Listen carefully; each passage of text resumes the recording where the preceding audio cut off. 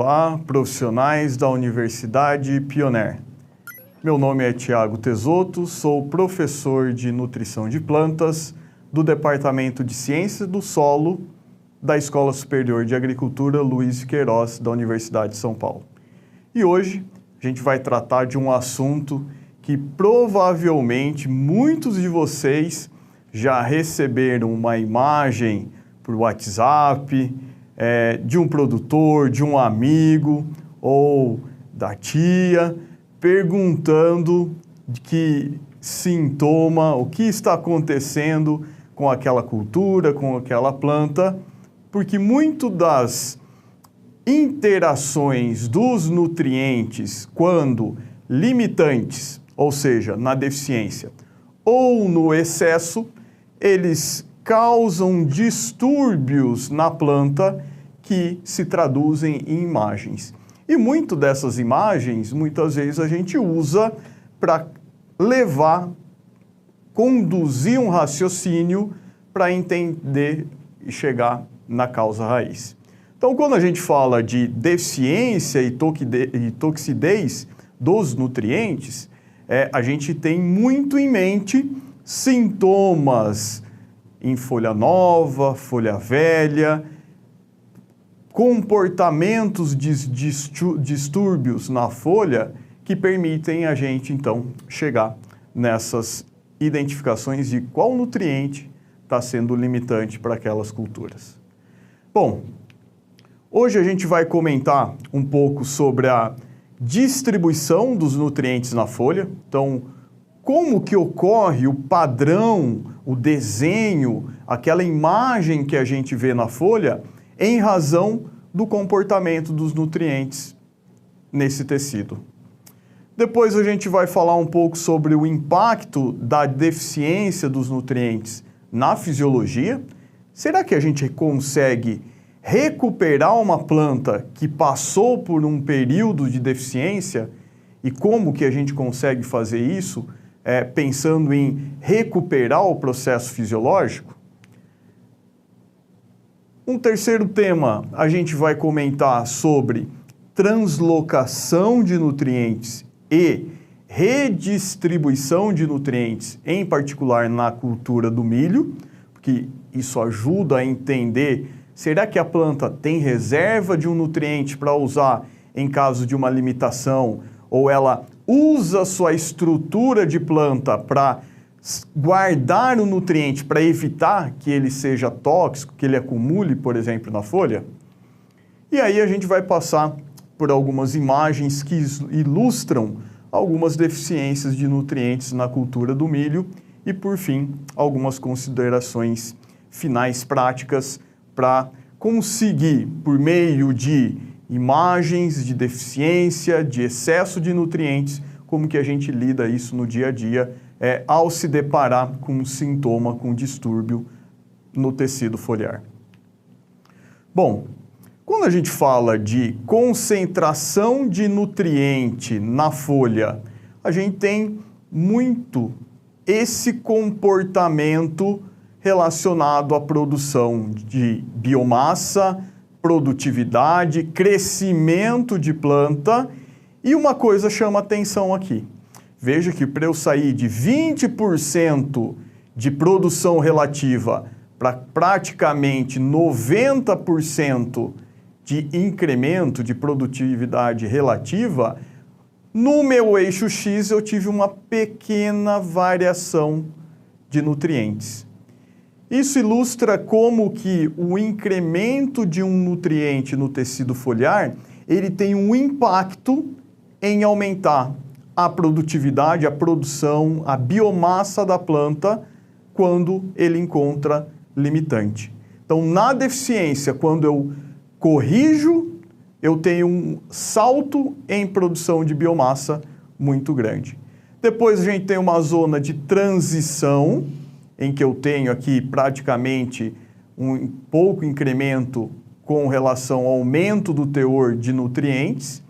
Tenho a zona adequada, que a gente encontra nos manuais de interpretação de análise de tecido foliar a faixa adequada do nutriente para cada cultura. Então aqui a gente tem o limite inferior e o limite superior e a zona de toxidez. Ou seja, o incremento do teor do nutriente na folha, ele causa um dano, afeta a produção de biomassa, de carboidrato, afeta a fotossíntese e isso reduz a produtividade. Então, quando a gente pensa em interpretação do estado nutricional, a gente está buscando que minha lavoura, que minha cultura, ela esteja dentro de uma faixa adequada, onde eu tenha o máximo acúmulo de fotossíntese, de carboidrato, de biomassa, de produção. Então, o nosso desafio é que, durante o desenvolvimento, a gente garanta que isso daqui esteja em equilíbrio. Essa imagem ilustra como que o nutriente ele se organiza dentro do tecido foliar. Aqui é uma imagem de uma folha em que quanto mais escuro, próximo ao preto, ao azul, eu tenho uma baixa concentração de potássio e quanto mais aqui tendendo para o amarelo, para o branco, eu tenho uma alta concentração de potássio. Então, quando eu pego essa folha como exemplo, onde que está a maior quantidade de potássio? A gente está em tecido mais velho, concentrado principalmente no meio da folha, enquanto as nervuras e o ápice de desenvolvimento dessa folha é onde que eu tenho os menores níveis de potássio. Isso explica, depois mais para frente, quando a gente observar, o padrão de um desenvolvimento de uma deficiência de potássio no tecido foliar. Que a gente vai ver que geralmente ele ocorre por onde? Pelas bordas da folha, porque é onde que a gente acumula menos nutriente quando pensa aí no nutriente potássio. Já quando eu olho para o nutriente cálcio, e aí tem uma imagem para a gente espelhar a diferença de distribuição de um nutriente que tem uma alta mobilidade e um nutriente que tem uma baixa mobilidade. A gente observa que, no caso do cálcio, a distribuição no tecido ela é muito homogênea, muito mais padronizada, sem grandes acúmulos e diferença de acúmulo, porque o cálcio está muito relacionado à estrutura, à morfologia. Então, eu não tenho tecidos acumulando ou partes da folha acumulando mais cálcio ou menos cálcio. Que geralmente eu vejo que, na deficiência, o tecido não cresce, não forma, mas quando ele forma com um teor adequado de cálcio. Então, por isso que, quando a gente olha para o cálcio, geralmente o que a gente vê é redução de crescimento, redução de tecido, em vez da planta colocar um tecido que muitas vezes está com má formado. Então, a gente vê esse aspecto em relação à característica de cada elemento. Já quando a gente olha para outros elementos, e aqui eu trago, por exemplo, o magnésio, em excesso, ele acumula em pontos, muitas vezes, necróticos na folha, né? Que é o excesso de magnésio. E, principalmente, quando a gente fala de toxidez de micrometálico, o que a gente vê é acúmulo em pontuações na folha, e aí eu ilustrado aqui para o manganês e para o cobre, e essas pontuações necróticas na folha é um indicativo de excesso. Então, na prática, quando eu olho uma lavoura, principalmente aí pensando na cultura do milho, dificilmente eu vejo excesso, toxidez de macro primário. Então, o excesso de nitrogênio leva a um crescimento muito acelerado, que pode ocorrer, inclusive, um acamamento de planta. Excesso de fósforo, muito difícil de observar em condições de campo. A planta regula muito a concentração desse nutriente na folha. Potássio, muitas vezes difícil de observar a toxidez de potássio na cultura do milho, é uma planta que acumula muito desse nutriente, principalmente em colmo, e aí controla a quantidade de potássio na folha. Mas quando a gente vai para micrometálico, muitas vezes a gente vê uma intoxicação da planta, um excesso, e esse excesso a gente vê por pontuações necróticas, que é o que esse trabalho aqui mostra. Aqui são outras espécies, mas ele ajuda a gente a entender como é o comportamento, por exemplo, do excesso de manganês em que plantas absorveram. Nessa imagem, o que eu vejo? Pontuações necróticas que, numa imagem de fluorescência, de novo, quanto mais vermelhinho, mais amarelinho aqui é a concentração de manganês no tecido foliar. Vejam que tenho necrose, a hora que eu olho esse tecido, eu vejo um alto acúmulo de manganês, levando principalmente por espécies de reativas de oxigênio que destrói o tecido. Então, excesso de micrometálico, o que eu vejo são pontuações necróticas na folha. Mas olha só que interessante. Se eu vou para a soja, uma outra espécie, eu também vejo pontuações necróticas na folha. Mas onde que essas pontuações necróticas estão ocorrendo? Na base dos tricomas foliares. Aqueles pelinhos que a gente observa na folha, nesse caso, a base do tricoma foliar é que acumula o nutriente. Então, esse aspecto aqui é totalmente diferente desse aspecto de comportamento de excesso de nutrientes.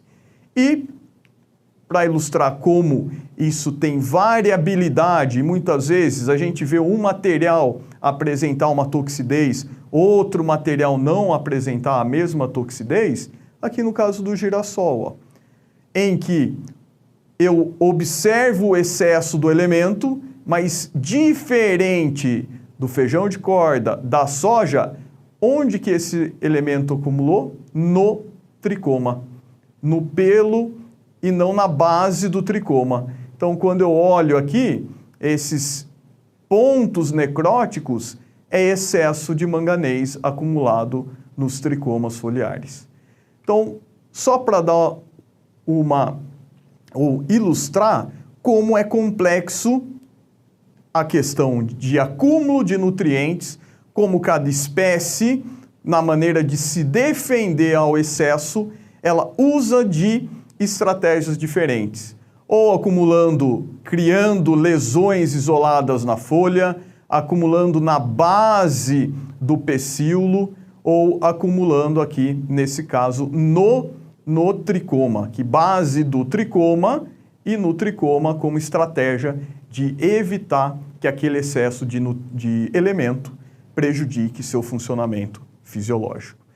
E aqui, para ilustrar o manganês, vejam que quando a gente observa um reticulado na deficiência de manganês, por exemplo, é porque grande parte do manganês absorvido pela planta, onde que ele está?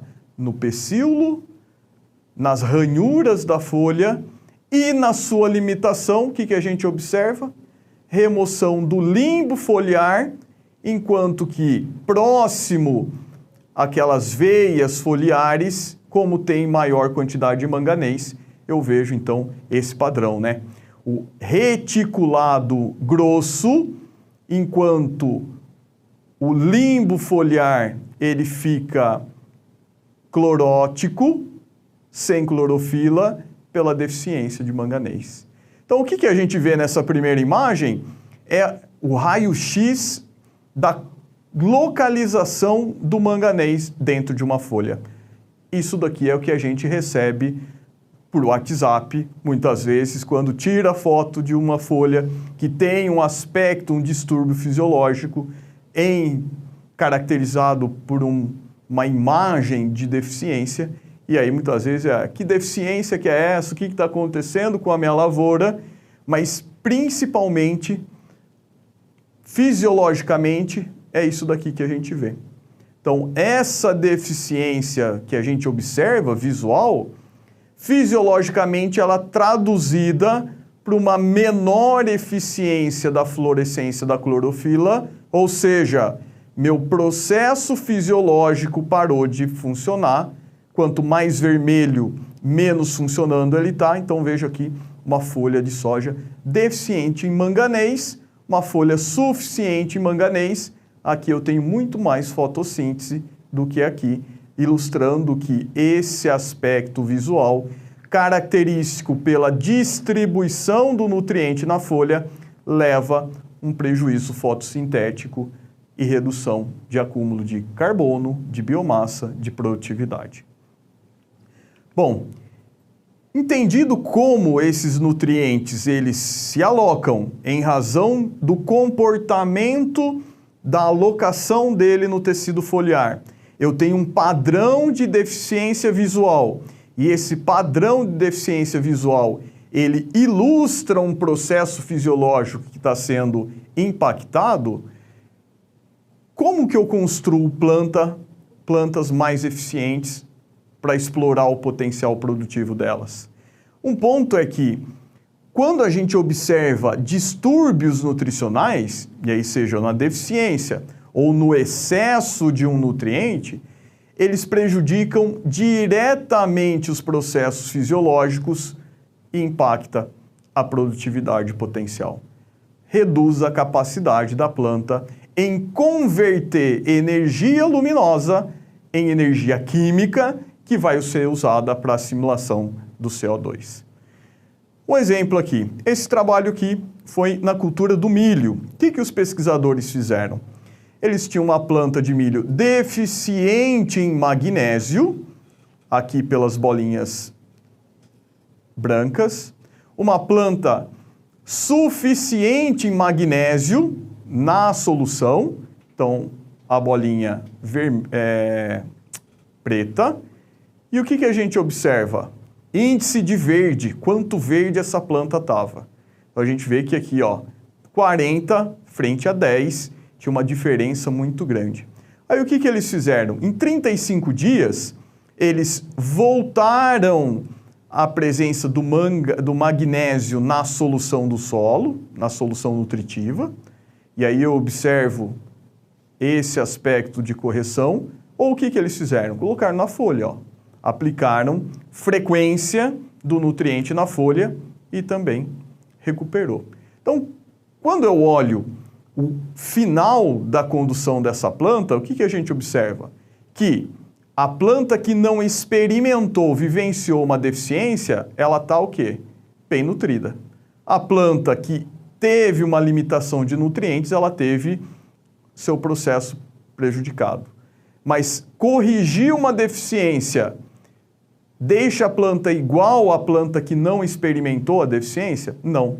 Vejam aqui a diferença que eu tenho em redução quando a gente compara a planta bem nutrida com a planta que foi corrigida em razão de uma limitação. Ah, mas só cor não adianta muito, né? Muitas vezes a gente fala, vamos então medir a capacidade dela em converter CO2 em açúcar, que a gente mede aqui por um equipamento que mede a assimilação de CO2.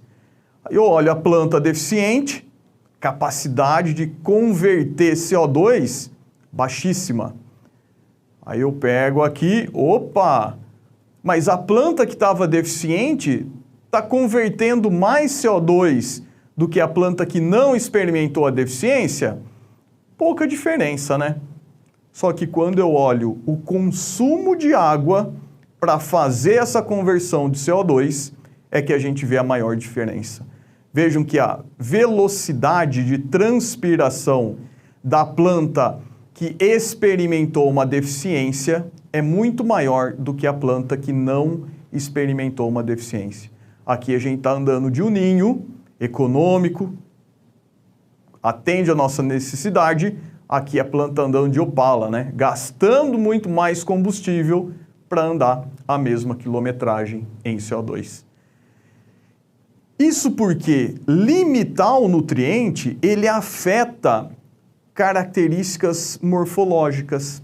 Esse trabalho, ele conduziu plantas suficientes em fósforo e manganês, tirou o fósforo, tirou o manganês e vejam o que aconteceu com a espessura da cutícula da folha. Cutícula é uma barreira que evita a perda de água pela planta. É uma barreira de proteção. Controle, uma planta que deficiente em fósforo, espessou demais a cutícula, uma planta deficiente em manganês, cutícula fina. E aí ele foi tentar corrigir essa planta para reduzir a deficiência dessa planta em relação a esse nutriente limitante. E aí, em diferentes tecidos, o que ele fez? Ele aplicou fósforo. Vejam que laranjinha é a planta suficiente em fósforo. Quanto mais laranja, melhor está funcionando o processo fisiológico. Aí ele pegou uma planta deficiente, tá verdinha, e ele pegou a planta deficiente e aplicou fósforo na folha com a tentativa de recuperar a deficiência. Veja que ele não conseguiu. Vejam que, por espessar a cutícula em razão de uma limitação, que muitas vezes eu não vejo nem uma deficiência visual, mas eu vejo uma alteração morfológica, a planta ficou menos capacidade de internalizar o nutriente para corrigir a deficiência dela. Já quando ele fez isso para manganês, veja a diferença. Quanto mais azulzinho aqui, né, mais eficiente está o processo, quanto mais verdinho, menos eficiente está o processo. E aí o que ele fez aqui? Ó, colocou gotinhas de manganês. Vejam que eu recuperei o processo onde eu coloquei a gotinha de manganês, porque a folha estava deficiente, porque tinha uma cutícula muito menos espessa, e aí eu consegui colocar o nutriente lá dentro para corrigir o sintoma visual que ele estava tendo, e aqui traduzido pelo processo fisiológico da fluorescência de clorofila. Então, deficiência em campo não só se manifesta por alteração de cor de planta, ela pode modificar espessura de parede, espessura de cutícula, mesmo em nutrientes que não estão diretamente compondo essas estruturas, por exemplo, cálcio e boro, que é estrutural, eu tenho um efeito de fósforo e manganês reduzindo, modificando espessura de cutícula e isso afetando toda a questão de absorção, seja de nutrientes, seja de qualquer outra tecnologia que eu tenha que agregar nessa cultura, que a aplicação depende do posicionamento foliar, como, por exemplo, os defensivos. Esse outro trabalho traz isso para o nutriente zinco. Então, a absorção de zinco solúvel numa folha que tinha zinco, numa folha deficiente em zinco e uma fonte insolúvel. Vejam que eu tenho diferença. Tenho diferença de fonte, tenho diferença de estado nutricional da planta. Aqui é a mesma informação, só que traduzida em imagem. Quanto mais amarelinho, mais vermelhinho, significa que entrou mais nutriente. E olha só que legal. Plantas sem deficiência absorvem mais nutriente do que planta deficiente. Ou seja, quando a gente encontra uma deficiência em campo, é muito mais difícil eu corrigir a deficiência do que fazer que o nutriente entre numa planta que ainda não experimentou a deficiência.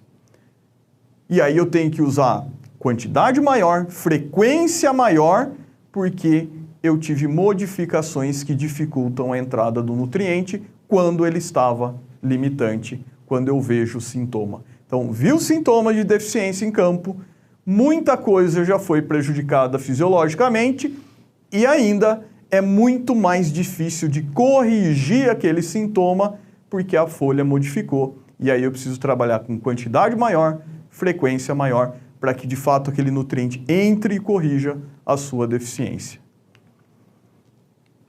Outra ilustração aqui mostrando boro, né? Boro é morfológico, estrutura de planta, uma planta deficiente em boro modifica sua característica de célula, de parede, de tecido. A hora que eu vou colocar uma aplicação de boro, uma aplicação de defensivo, essa planta deficiente, ela tem menor eficiência de absorver. Tem menor eficiência de absorver e tem menor eficiência do que? De translocar, de movimentar esse boro aplicado. Então, quando a gente olha para essas imagens, o que a gente pode traduzir de tudo isso? Todo o meu sistema produtivo, todo o meu influência de material genético, solo, manejo, ambiente, ele tem que ser preditivo para limitação ou excesso de nutrientes. Porque uma vez que eu encontrei uma deficiência na planta, ela já prejudica o processo fisiológico. É difícil de recuperar 100% desse processo fisiológico, seja aplicação no solo, seja aplicação foliar. E, principalmente, é muito mais difícil colocar um nutriente numa folha que está deficiente. Então, a gente sempre tem que estar atento para encontrar gatilhos que evitem que a deficiência vá aparecer, para eu preventivamente evitar que a folha apresente aquele distúrbio fisiológico. E quando a gente olha para os nutrientes, a gente pode classificar os nutrientes de benéfico, e aí a gente tem o sódio, cobalto, silício, selênio, iodo, como elementos que ajudam na fisiologia da planta. A gente pode classificar os nutrientes como micronutrientes, e aí a gente está falando do boro, cloro, ferro, manganês, zinco, cobre, níquel e molibdênio, porque são exigidos da ordem de gramas por hectare, então estão em concentração no tecido em miligramas por quilo. E por fim os macronutrientes, que são o nitrogênio, fósforo, potássio, cálcio, magnésio e enxofre, que a gente geralmente repõe em quilos por hectare, e eles estão presentes nas concentrações de gramas por quilo do tecido foliar.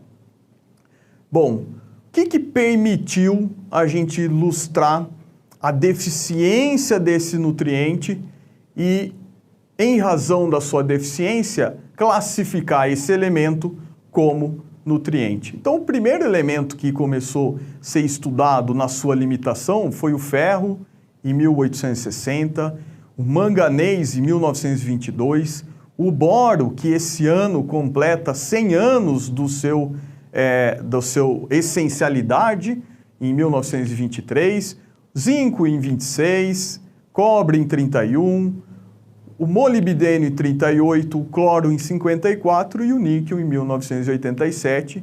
Por quê? Porque eles precisam passar por 3 critérios, que é um elemento é considerado essencial quando sua deficiência impede a planta de completar o ciclo de vida, na ausência a planta morre. Outro é que a função não pode ser substituída por outro elemento e o elemento deve estar envolvido no metabolismo, na composição da planta. Então, grande parte desses estudos, eles ocorreram em razão de eu conseguir evidenciar que a deficiência desses nutrientes levava a um prejuízo fisiológico e esse prejuízo fisiológico levava à morte da minha planta. Então, aí são os pesquisadores que contribuíram para identificar a essencialidade desses elementos na planta. Quando eu olho na planta, principalmente os micros metálicos, eles são absorvidos nas formas solúveis, iônicas, e a gente está falando aí de 20 a 1000 ppm, miligramas por quilo para ferro, 10 a 25 para cobre, 10 a 120 para zinco, 90 a 200 para manganês, molibdênio de 0,1 a 90, boro de 10 a 80, cloro de 100 a 800 e níquel de 0,05 a 10, e aí dependendo da espécie. Só que por que tudo isso é importante? Porque quando a gente olha na localização da deficiência de um nutriente, a gente precisa entender da característica da mobilidade dele dentro da planta. Como que ele se movimenta. E quando eu olho para a literatura, o que ela fala? Que potássio, magnésio, fósforo, enxofre, nitrogênio e cloro têm alta mobilidade no floema. Então, geralmente, o que a gente observa? Que nutrientes que têm alta mobilidade no floema, a deficiência ocorre em folha velha, porque a planta remobiliza esse nutriente para crescer outro tecido novo. Já ferro, zinco, cobre, boro, molibdênio, uma deficiência mediana, e aí quando a gente pega cálcio e manganês, praticamente sem mobilidade no floema. Só que tem um ponto. A mobilidade no floema, ela não é suficiente para explicar a deficiência de nutrientes em folha nova. Não é porque o nutriente apareceu de deficiência em folha nova que ele é imóvel ou tem baixa mobilidade no floema. Eu também preciso olhar a capacidade da planta em que remobilizar esse nutriente para poder construir tecido novo. Então, a capacidade de remobilização é essencial para a diagnose visual de uma deficiência em campo. O caso típico disso é o enxofre. Enxofre tem uma alta mobilidade no floema, teoricamente. Onde que eu teria que ver a deficiência de enxofre? Folha velha, porque ele sai da folha velha e vai para a folha nova. Então, a deficiência de enxofre, teoricamente, se for olhar por esse aspecto da mobilidade no floema, ele teria deficiência em folha velha. Mas não é isso que a gente vê na prática. A gente vê a deficiência de enxofre em folhas novas, como eu vou mostrar lá na frente para vocês. Então, quando eu olho uma planta, o que eu tenho? Deficiência de nitrogênio, fósforo, potássio e magnésio em folhas velhas e cálcio, ferro, manganês, enxofre, boro, níquel, zinco e cobre, deficiência em folhas novas, porque significa que na sua limitação a planta não consegue suportar o desenvolvimento de uma folha bem formada pela quantidade que ela tem imobilizado disso no tecido. Então, dois pontos são importantes aqui. Um é a capacidade do nutriente translocar. Quando a gente pensa de movimento de um nutriente ou substância orgânica de um local para o outro, então absorvi na raiz, chegou na folha, isso é translocação. Apliquei na folha, chegou no fruto, isso é capacidade de translocação. Redistribuição é um pouquinho diferente. Redistribuição é um conjunto de processos bioquímicos e fisiológicos por meio dos quais os nutrientes que estão armazenados ou incorporados no metabolismo, eles são retirados dessa situação e deslocados para atender o desenvolvimento de outras estruturas. Então, eu usei o nutriente, guardei ele, a hora que eu vou pegar esse nutriente que está guardado para colocar em outro lugar, isso é redistribuição de nutrientes, e é ele que explica grande parte se a gente está observando a deficiência em folha nova, em folha velha. Não é a mobilidade do nutriente na planta. Para ilustrar aqui na cultura do milho, então esse trabalho mostra quanto de nutriente tem em grãos, na espiga, no colmo e nas folhas. Então, quando eu olho o nitrogênio, vejo que ele tem uma alta capacidade de remobilizar, deficiência de nitrogênio em folha velha. Fósforo, alta capacidade de remobilizar, deficiência em folha velha. Quando eu vou para potássio, idêntico, ó. acumulou até R2, até o final do enchimento, cai a concentração de potássio que eu tinha em folha e colmo, e ele parte para grão.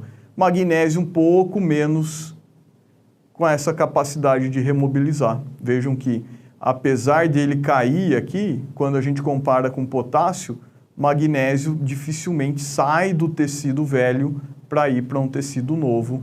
Então, muito mais difícil de ver uma deficiência de magnésio em tecido velho, muito mais fácil de ver nitrogênio e potássio em folhas velhas, por exemplo, no bacheiro da cultura do milho. E aqui outros dois nutrientes, né? Então, quando a gente olha o enxofre, com uma baixa capacidade de remobilizar, zinco, uma baixa capacidade de remobilizar, boro, praticamente sem capacidade de remobilizar no milho. Então, todo o boro acumulado em folha, em colmo, continuam do início ao final do ciclo. O ferro, esse gráfico aqui tem um comportamento um pouco mais estranho, né? Mas, de novo, né? Uma capacidade aqui de sair de tecidos e ir para outras fontes. Então, muitas vezes isso daqui é uma contaminação que prejudicou a análise, no caso do ferro, nessas informações. Mas vejam que interessante quando a gente olha para cobre e manganês. Desde o início do acúmulo na cultura do milho até o final, nenhum momento a planta que guardou cobre na folha, cobre no colmo, retirou esse cobre para mandar para onde? Para grão. Retirou o manganês para mandar para onde? Para grão. Então, dependendo esses nutrientes muito mais da absorção direta da solução do solo, por isso que uma limitação de cobre, de manganês, eu vou ver uma deficiência em folha nova, porque a planta não consegue tamponar esse efeito de restrição na absorção do solo. Quando outros nutrientes têm essa capacidade, a planta consegue remobilizar ele e mandar para a folha nova. Então, quando a gente chega em campo e eu vejo o baixeiro, folhas velhas senescendo precocemente, isso é um indicativo do quê? Deficiência de nitrogênio. Nutriente que estava acumulado nessas folhas são remobilizados para formar uma folha lá em cima nova com quantidade de nitrogênio. Bom, pessoal, até agora a gente viu então todo como a redistribuição de nutriente, a concentração, como a planta organiza os nutrientes na folha, na sua estrutura, e isso impacta muito em como a sintoma visual e a localização desse sintoma na planta ela vai acontecer. Então, no próximo bloco, a gente vai explorar isso agora, olhando para a planta e ver esses sintomas de característica de cada nutriente.